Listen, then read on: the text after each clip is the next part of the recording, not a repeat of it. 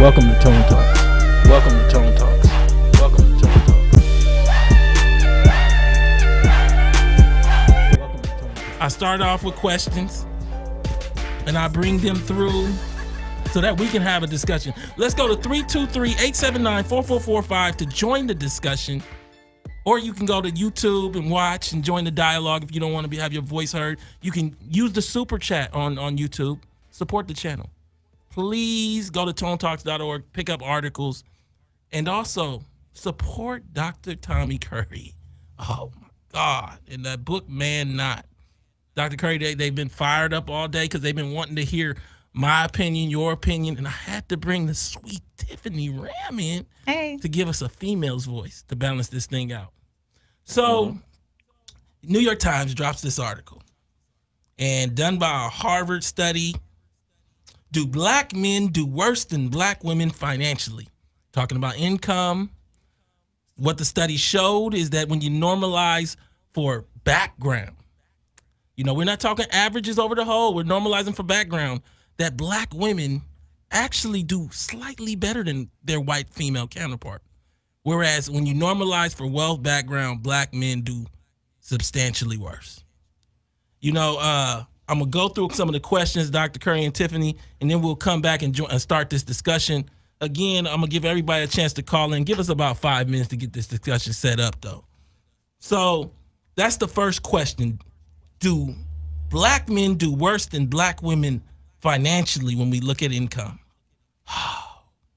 The finding was the black-white income gap is entirely driven by differences in men's, not women's, outcomes. This is something Dr. Curry's been telling everybody, screaming it from the top of his lungs, and everybody said, "You're wrong, Dr. Curry." Well, we owe this man an apology. Now, number two, does Dr. Tommy Curry's book, Man Not, explain? Because they didn't really do a good job explaining. I'm gonna go into. We gotta always ask the question: Who put this together? Right. There's this guy that put this together. Let me get his name right. Raj Chetty. Hold on. I got a report coming out with Sandy Darity, Dark Hamilton, and Price. We're all African American, writing about black issues. So we're gonna talk about whether Raj and whether he did it right. Yeah. So coming back to it, number two, does Dr. Tommy Curry's book, Man Not, explain even further than the study what drives this difference between black and female advantage and black male disadvantage? In Black America, is maleness an extreme cost, and why? Number three, should we have black masculinism? We got black feminism.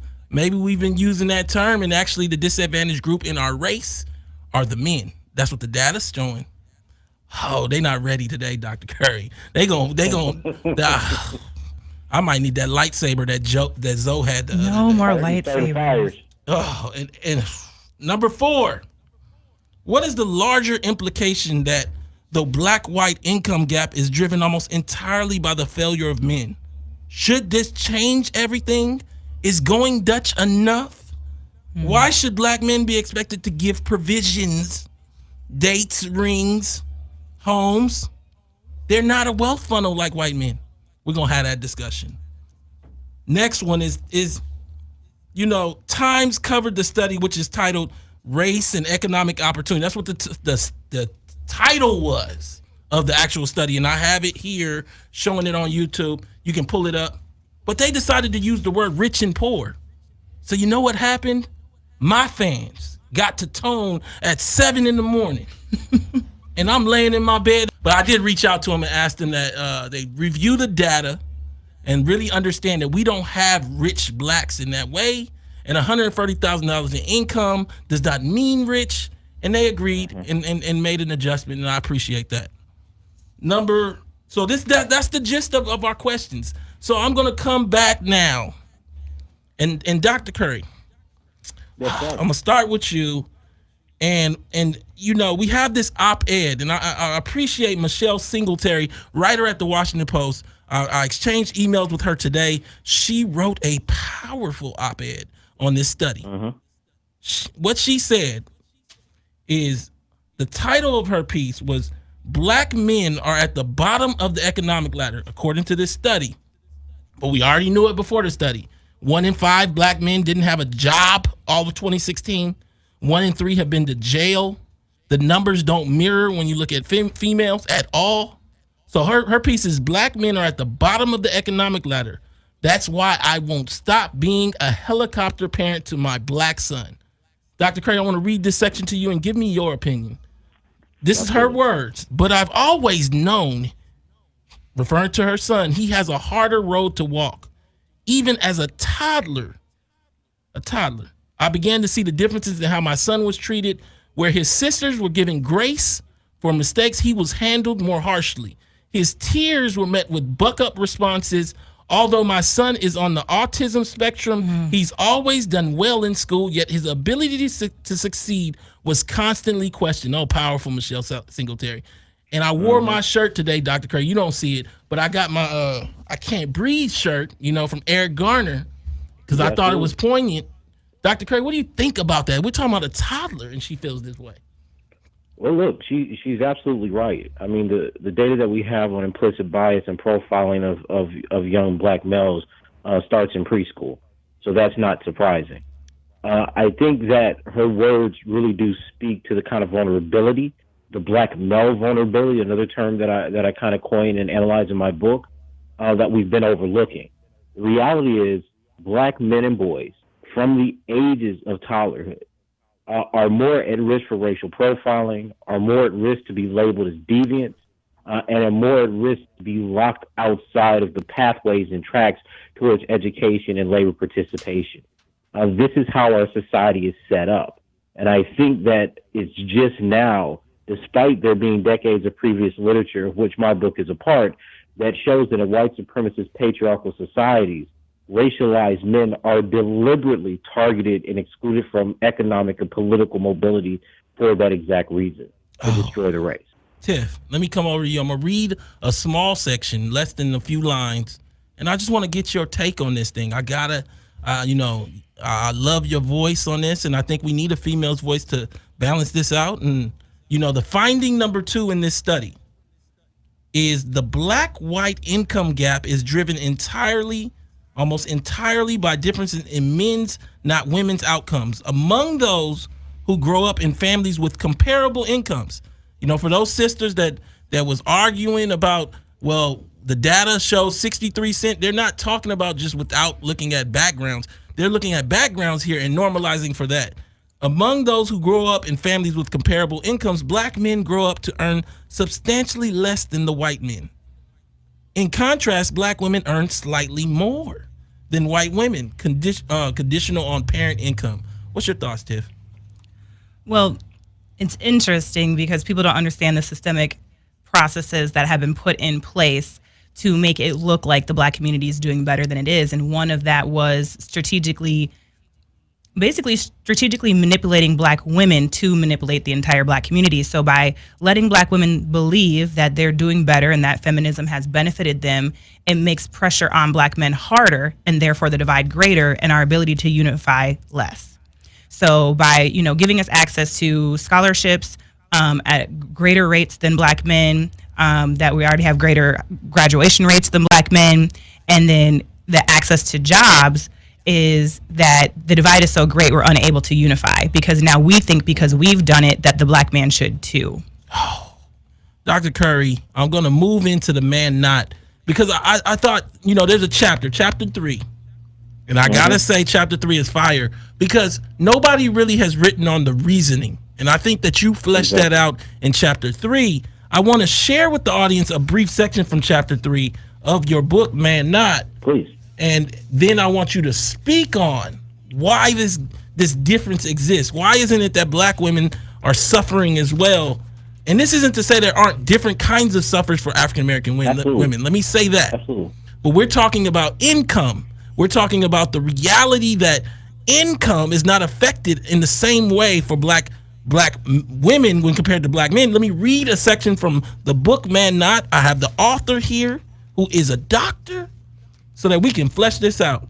The post-civil rights economic prospects for black men who traditionally had been blue-collar workers and laborers was marked by poverty and growing unemployment in the second half of the 20th century. As the economist Amadou Jackie Kaba observes, unlike their female counterparts who have seen tremendous economic, political, and educational gains over the past several decades, black men have not seen great strides in their mobility from poverty or comparable gains in education. In many ways, their position indicates only further social and political marginalization. Tell me about that a little bit, and then I'll come back and read another section.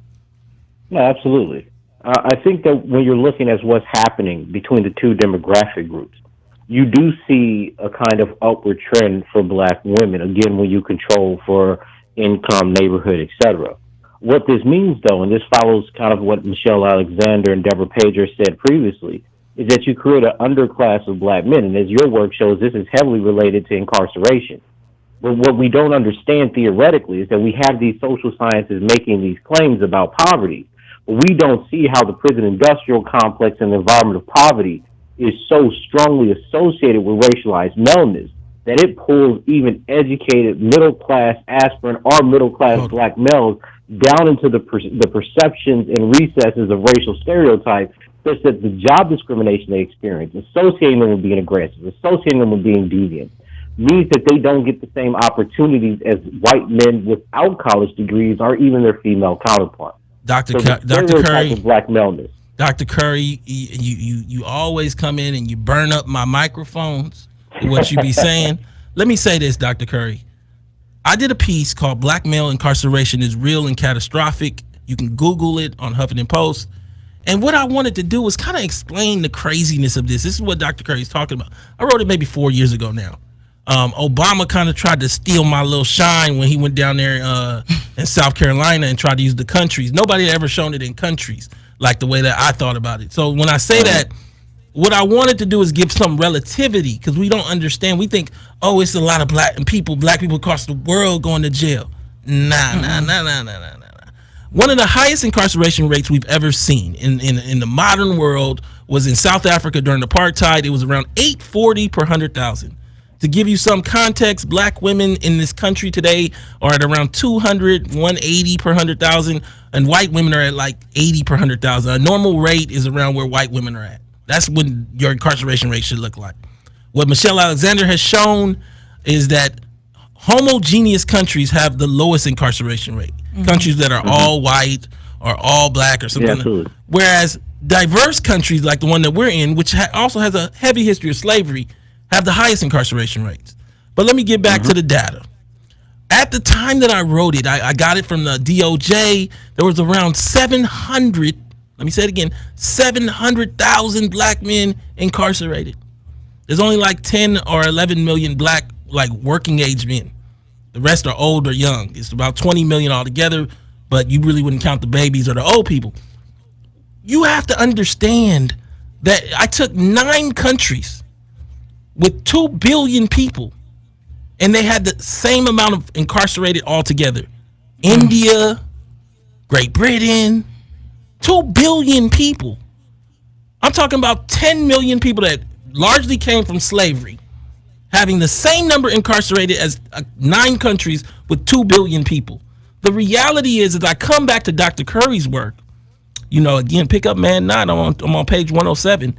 Stewart and Scott maintain that the institutional decimation of black men through police violence and incarceration emerged from a political economy that deliberately confined young black men to poverty, exploited black males for cheap labor, and rationalized their death as a consequence of their deviance and undesirability in American society. Unfortunately, the institutional decimation of black males has continued uninterrupted for several decades.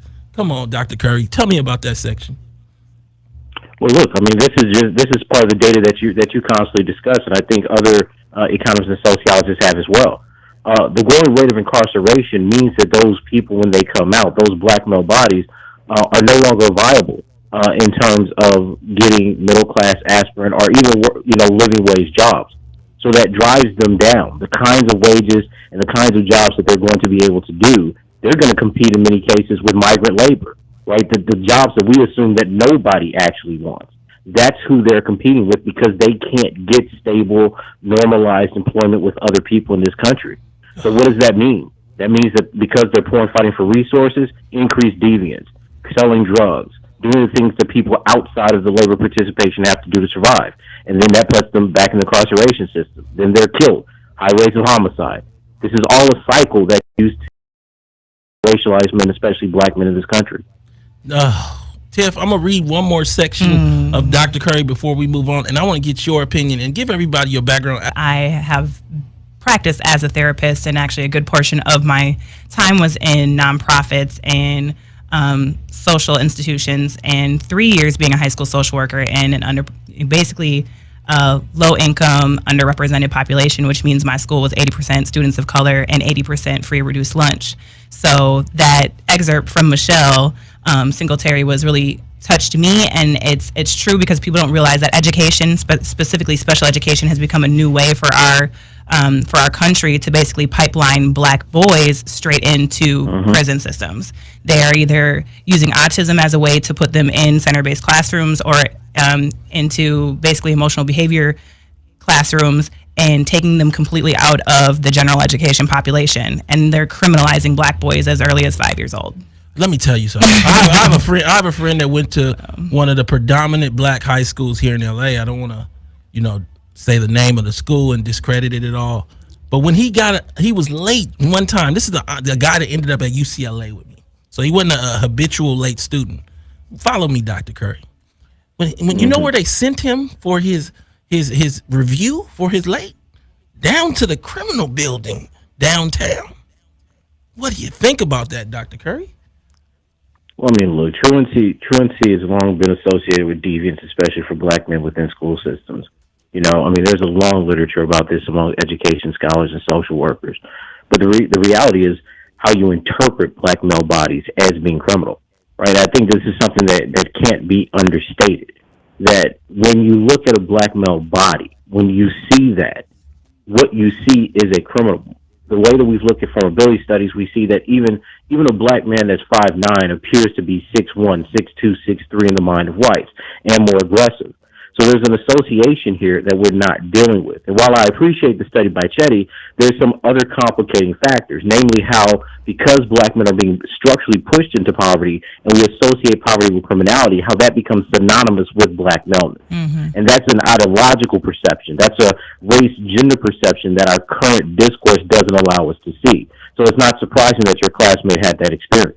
Oh, man. I mean, to think that you didn't go to the principal's office in the school, they just sent you downtown where the criminals get processed for a truancy. Right, and you see it basically. That's how you see the race class differential, especially in the education system. Is they'll use truancy to give white people access to resources. So that same white kid can be late a whole bunch of times, and the social worker is going to talk to them about why are you late? Do you need transportation? Is your mom sick or whatever? Exactly. But on the same flip side, we're using that to criminalize black students. We're saying, hey, you got to see a social worker, go to the truancy office, you got to do community service, and right there you can see the difference in how we're addressing the situation and criminalizing black students over white students. Let me give you guys one more interesting tidbit.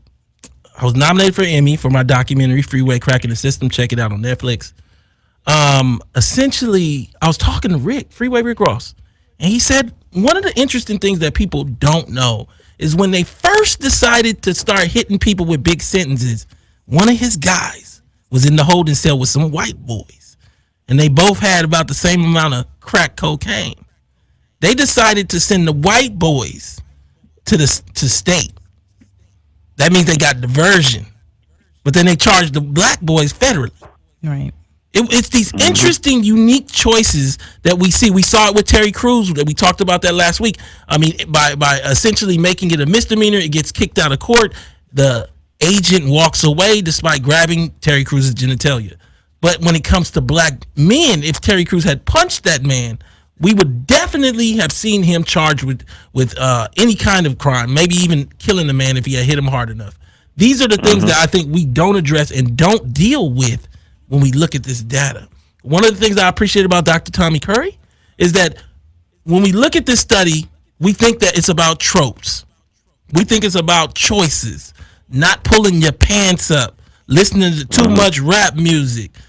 But Dr. Curry, isn't it right that none of that is actually the causation? That's not actually the causation. I mean, the study's looking at implicit bias and racial animosity, aversion. So it's looking at certain ways that black people or black men in neighborhoods are victims of those two kinds of racial biases. But my work suggests that this has a much longer misandric history. And I think that this is where my theoretical explanations would break with some of the explanations given by Chetty and the other authors. My suggestion is when you look over the history of white patriarchal societies, and this is clearly explained in social dominance theory, this has been explained in global South masculinities, you're going to target racialized males. So from slavery to Jim Crow to the mid-20th century, you see the repetition of systems that are designed to make sure that black men do not excel politically, that black men do not excel economically, and that any black man that steps outside of his proverbial place within the society, be it education, be it as a leader, whatever, he is met with death. So I'm suggesting that there's an anti-black misandry driving what we're seeing in Chetty's finding. Right. Let me say this. Dash Radio, press the Dash Talk app. Join the discussion, 323-879-4445. You can go on YouTube. They're dialoguing. I'm watching you guys talk. Thank you for the super chat donations. Let me say this, TSQ Marketing. I saw your comment. You know, he said TSQ Marketing made this point. It's about race. That's the root of the problem. This study actually says it's more than that.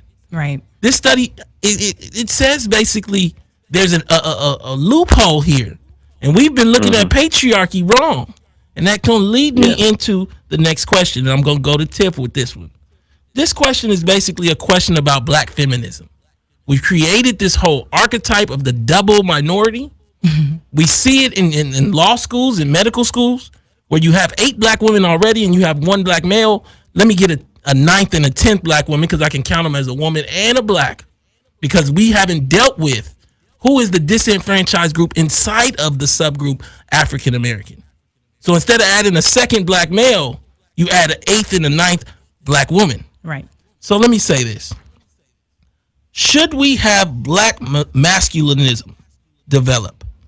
Meaning, should we have a category that looks at black men as the disenfranchised group in this subgroup? Because the data is holding that way. An era in which blackness and maleness create a double minority given preference for black men. And before you give me pushback, we've been doing this for 15 years the other way. And the data is saying possibly even the wrong way, given the privileges and the access that we see African American women getting. Are you ready to give up your spot at UCLA? What do you think about black masculinism? Well, oh goodness. I believe we do need it, and there needs to be a movement for it. But the honest truth is that black women are not willing to give black men, basically, they're not willing to subjugate or give up their black feminism, which isn't actually real. Again, the reason that black women are given the access is because they're more likely to be subordinate to participate in white culture. And so they're just not willing to. Like, black women would have to be willing to give up their spot for a black man to go, and they're just, our culture is showing that they're not willing to right now. Ideally, yes, it needs to happen to give them back power and to make up the gap, but to speak frankly, in my experience, black women are not willing to do that. Dr. Curry, I'm gonna come over to you and ask you, they ask me all the time for solutions. They say, you know, and I tell them that it's really a reformation of society. Is this one of those reformations that's more than necessary, given what we're seeing from the data, that black male privilege doesn't really exist, and it's actually a disadvantage to be male in the black community in a way that we don't see in really any other race? Well, yeah, I agree with you. As you know, my whole point, my argument for the last few years has been that black male privilege has been an ideological trope used to socialize white liberals into preferring a certain class of educated black women for corporate and economic and educational jobs in the academy over black men with this mythology, because the data certainly doesn't suggest it. But I would say that there does need to be an affirmative action specifically for black men. And this, of course, echoes some of the work that's been done previously on this issue. I would add to the fact, though, is that while there is this intra-race competition between black men and black women for affirmative action jobs, that artificial competition and constraint is placed because of how white people have let white women flood into the economy because of affirmative action initially. So because white women are coming in and being seen as a minority, it's creating fewer opportunities both educationally and economically for black people. And black women have been winning out in that because they get educated, they're educated at a higher rate, and they're more accepting within these kinds of structures. White people are more used to them than they are than black men. So I don't know if we should frame it as a competition between black men and black women as much as black men in a constrained market because of white women that's flooding them out and black women who are succeeding more than them. This is the thing, Dr. Curry. Little pushback. Sure. Can we not confront the reality that it's not even about competition for the last 15, 20 years? The society, the way that the admissions process goes, it's been basically leveraging black women's access against black male disadvantage, and we haven't really acknowledged it. Yeah, now that's true, right? Like, that's true, right? The way that preferences are set up, and I'll tell you from my personal experience in the academy, I've been on committees where people have said we're not going to hire other black men, even if they're more qualified or come out to be the top one or two candidates for jobs, because we prefer black women. But again, Right. Oh no, I'm saying I've had experiences in the academy where black male candidates come out as being listed the top one or two candidates and have still been refused because our conversations about them needing to be refused because they were black men is quite popular. But again, this fits into to keep out black men. That's not the power that black people themselves hold. That's how white supremacists try to utilize different bodies to disadvantage black men in the kind of society that says black men are deviants, black men are undesirable, and black men are ultimately criminals. Please use the Dash Radio app. Press Dash Talk. You go to YouTube, Tone Talk, 323-879-4445. Join in the discussion. I know it's fired up in here. Don't be scared of Tiff. She's not gonna bite. We're going to go to commercial break for a second, and we'll come back in about a minute and a half, and we're going to get really deep into this discussion. And I'm trying to figure out, why is it that we don't really want to accept what the data says? Why is it that we don't want to really accept what's going on? What I want to do is ask a question. I'm going to ask it of Tiff. What is the larger implication that the black-white income gap is driven almost entirely by the failure of black men? Should this change everything going beyond Dutch? You know, the whole concession is I'm willing to pay for myself.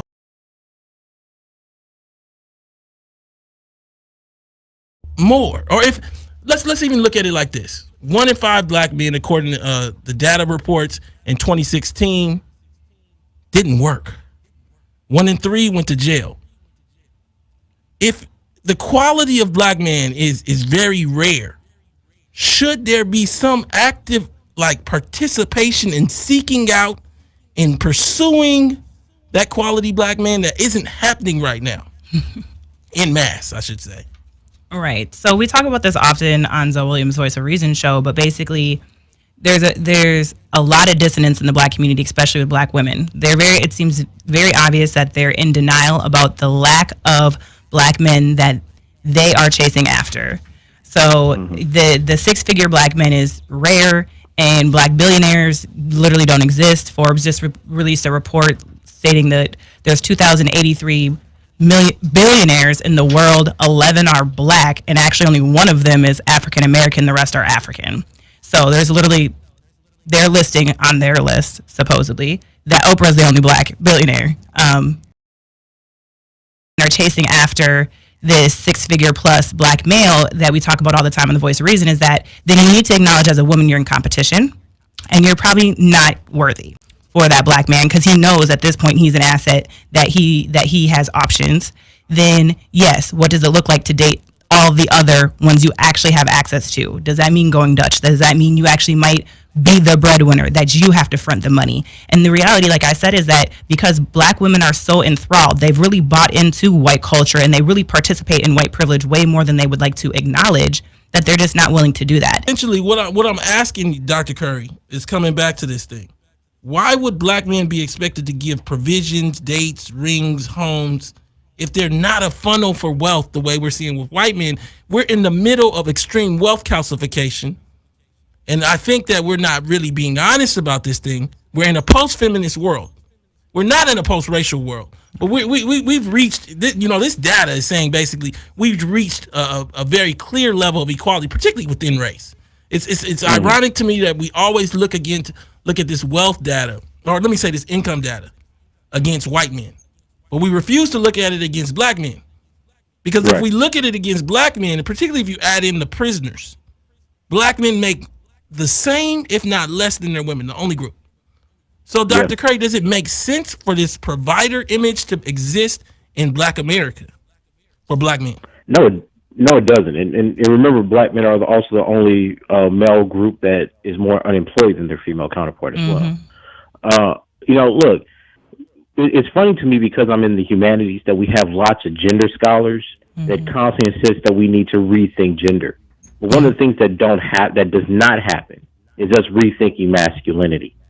So even though black men are very much at the bottom of most economic measures that we have, if not all of them, and are the most incarcerated, there's the idea that black men somehow should be providers and should lead households, and that black men are simultaneously patriarchs despite all the empirical disadvantage that they suffer under. So if we take this data seriously, you're absolutely right. It means that black men simply cannot be patriarchs in the traditional sense. They cannot lead nuclear families in the traditional sense, given their economic obstacles. But that's a trope. That's a caricature that much of our gender thinking that we've inherited from feminism and from these ideas of white patriarchy that get imposed on black men that they simply can't live up to. T. Hassan does a great job of this on his blog, Black Masculinities, where he's talking about the actual data and statistics of why black men simply don't fit within the patriarchal paradigm that we've been complaining about for 2 and 3 decades. Let's get this discussion going. I appreciate Tiff saying something earlier, but, I want to say a little something about worthy. I think that a lot of people will jump on that word about worthy. Oh, yeah, they don't like it. Yeah. Go with Dr. Curry today and just have the discussion as it is. So, Dr. Curry, coming back. Yes, sir. So, what I'm looking at is, how do we look at this thing of worth and value? Because it's funny because when we say worthy in terms of black women with black men, there's so much pushback. Of course. But then the other way, it's that's all we talk about. Mm-hmm. Does he have enough money? Is he educated enough? I have a list. Has he accomplished enough in life? Understand, we all come from slaves and Jim Crow. And the Vice article just showed that they had slavery in the 60s. Yeah. And we talking about worth in one direction. I mean, I don't want to push you too far into the discussion, but where does this go? I'm happy to have this discussion. Where does this go, Dr. Curry? This whole idea of worth in relationships. Well, let me just start by saying this, okay? There's not a model of gender that's been developed over the last 20 or 30 years that does not deeply implicate women within patriarchal societies for upholding patriarchal ideology and standards. Mm-hmm. So when we have this conversation about worth, be it, I grew up in the South, so this idea of a black man providing like the Bible says, or the idea of a black man being head of household, or the idea of black men making 6 figures, et cetera, whatever the list of the day is, these things presuppose an economic and labor participation that has only been accomplished by white men in this society, right? Mm-hmm. And it's important for us to understand that if we're going to truly reorganize and change the way that we think about black men, then black women have to also examine the kind of ideologies and obstacles that have been put in their head about what a man should be. Mm-hmm. So you cannot simultaneously say you want to reject toxic and hegemonic masculinity and then demand that the man that you're with somehow be a hegemonic masculine that controls property, wage, and other kinds of income in and out of the household. So you telling me I can have my cake and eat it too, Dr. Curry? You telling me I can't eat ice cream all day and not get fat? Come on. In this case, you can't. The demographic numbers, the lower rates of black men getting education and coming out and being able to successfully get jobs. Because remember, for black men, it's not that you just get the degree; it's also whether or not you get the kind of wage and job attainment after you get the degree. And this is Pager's work, right? Educated black men don't do as well as even uneducated white men with criminal records. Right. So it's an unrealistic fantasy. Let's look at, you come back to Professor Darity. Again, I'm going to tell you, we got a study coming out in about 2 weeks. A lot of people's dreams are going to be challenged. 10 myths. There's a lot of mythology around this racial wealth gap. and education is one of them. You know, Darity's work with Dark Hamilton, and shout out to Dark Hamilton. Great job with Senator Warner and Senator Sanders and Michael Moore on stage. But their work shows that a white high school dropout has more wealth than a black college grad. That's regardless of sex. Yeah. And so, like, one of the things that is interesting is the confusion that income has done to our race. As black women started to occupy advantageous positions. You know, this study says something that we have been dancing around for some time. And that says, does patriarchy work in black America? And if it isn't going to work, what are we going to do to make it better for our homes, make our divorce rates go down? By some accounts, I saw that first-time marriages by black women end in a divorce 70% of the time. You guys know Tiff's story. You know, Tiff went through a divorce herself. She's through it, though. And so, like, I just think that what we have to do is start getting honest, or that honesty gonna get with us. What you think, Tiff? Like I said, I think we definitely need to get honest and start living outside of our dissonance. We have to become a lot more self-aware. And dissonance is that when your actions don't meet with your morals. Like he said, women are saying that they acknowledge that the white patriarchy doesn't work, but they still want to benefit and have all of the roles that come with it. So I don't want to be affected by white supremacy, but I still want my black man who has no economic access to still be a provider and to be educated and to be home and only work 40 hours a week. Like, who is that happening for?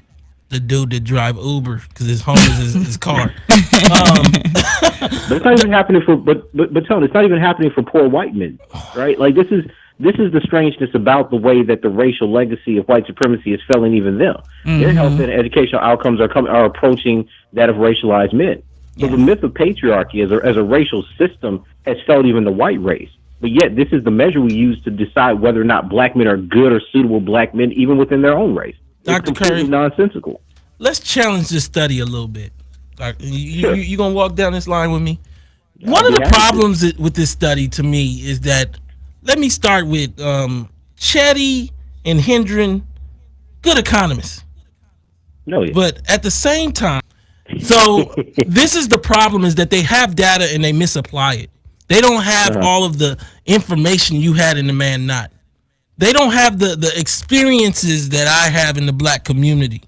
They don't have the application of the data that I've shown you before, where I show you that there are less than 380,000 black families worth more than $1 million, according to the newest Federal Reserve data. So then how do we get to the word rich in this study? 20 million black families, 380,000 are worth $1 million hard. That means you might be worth $1 million with your pension, your house, you 70 years old, and you about 75,000 liquid.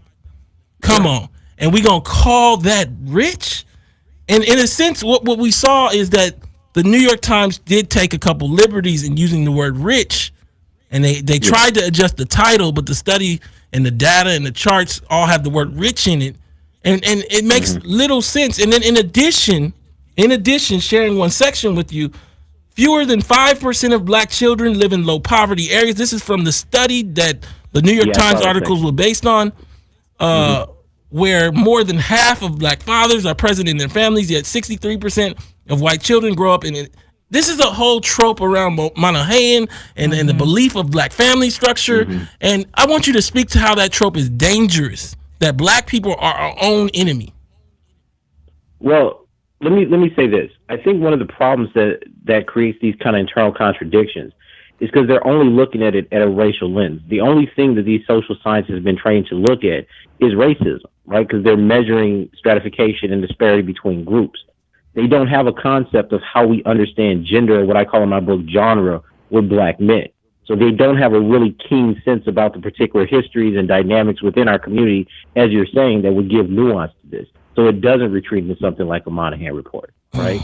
The other piece about this too is even throughout the text, they talk about, the better outcomes for black boys who move to better neighborhoods and have father involvement earlier in life. And again, not putting in incarceration, not looking at the police the way that racial profiling works, because remember they only measure implicit bias and racial animus.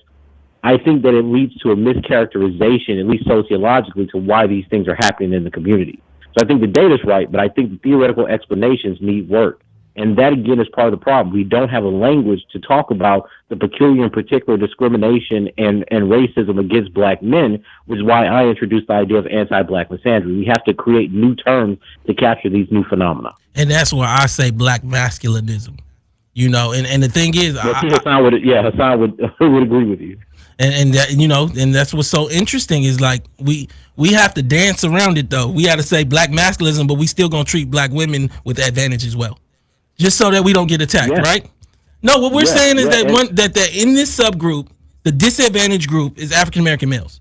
It's just what the data holds. Right. That's just what. You got to understand. In this country, I think less than 50,000 black women are incarcerated.